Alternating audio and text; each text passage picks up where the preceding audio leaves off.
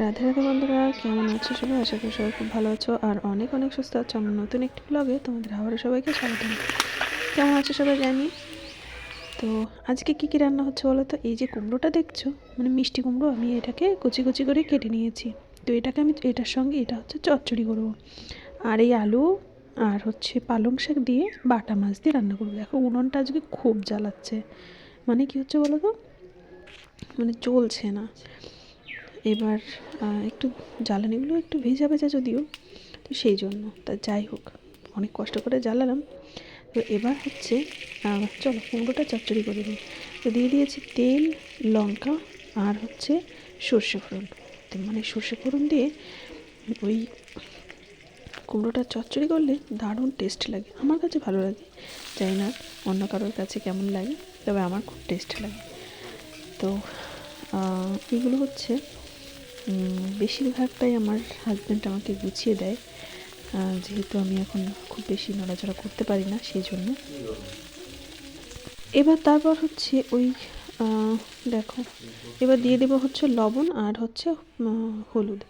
তো মোটামুটি হয়ে গেছে। এবার হচ্ছে ডালের বড়িগুলো ভেজে নিয়েছি, আর তারপর দিয়ে দিয়েছি হচ্ছে তেলের ওপর জিরে ফোড়ন দিয়ে আলু, লঙ্কা আর হচ্ছে একটা মানে দু রকমের লঙ্কা, শুকনো লঙ্কা, কাঁচা লঙ্কা। তো এই দেখো, এই পালং শাকগুলো দিয়ে বাটা মাছটা রান্না করব। তো পালং শাকগুলো আমার কুচি মানে কাটা হয়ে গেছে। বাটা মাছ বাড়ির ওপর থেকেই রাখলাম।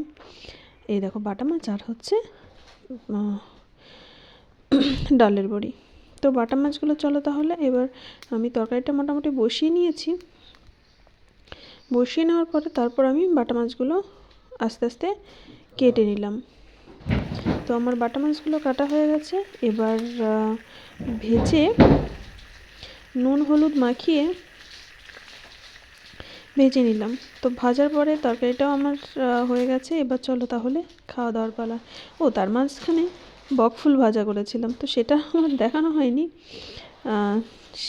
যাই হোক, বকফুল ভাজাটা দারুণ টেস্ট হয়েছে। আমি আটা দিয়ে করেছি, বেসন কিংবা অন্য কিছু দিয়ে করি না, মানে ওইগুলো একটু অ্যাভয়েড করেই চলি যদিও। যাই হোক, তো চলো তাহলে আজকের মতো খাওয়াটা এখানেই শেষ করি। দেখো ডালের বড়িগুলো গলে পুরো মিশিয়ে গেছে এবার। তো যাই হোক, তোমাদের আজকের ভিডিওটা কেমন লাগলো অবশ্যই জানিও। সবাই খুব ভালো থেকো, সুস্থ থেকো, দেখা হবে নতুন একটি ব্লগে। ততক্ষণ সবাই নিজের খেয়াল রেখো। ডালের মানে পালং শাকের ডাঁটাটার খুব সুন্দর টেস্ট ছিল। তো যাই হোক, চ্যানেলটাকে সাবস্ক্রাইব করে পাশে থেকো। অবশ্যই আমাকে সাপোর্ট করলে অবশ্যই তোমাদের আমিও সাপোর্ট করব। ওকে, বাই।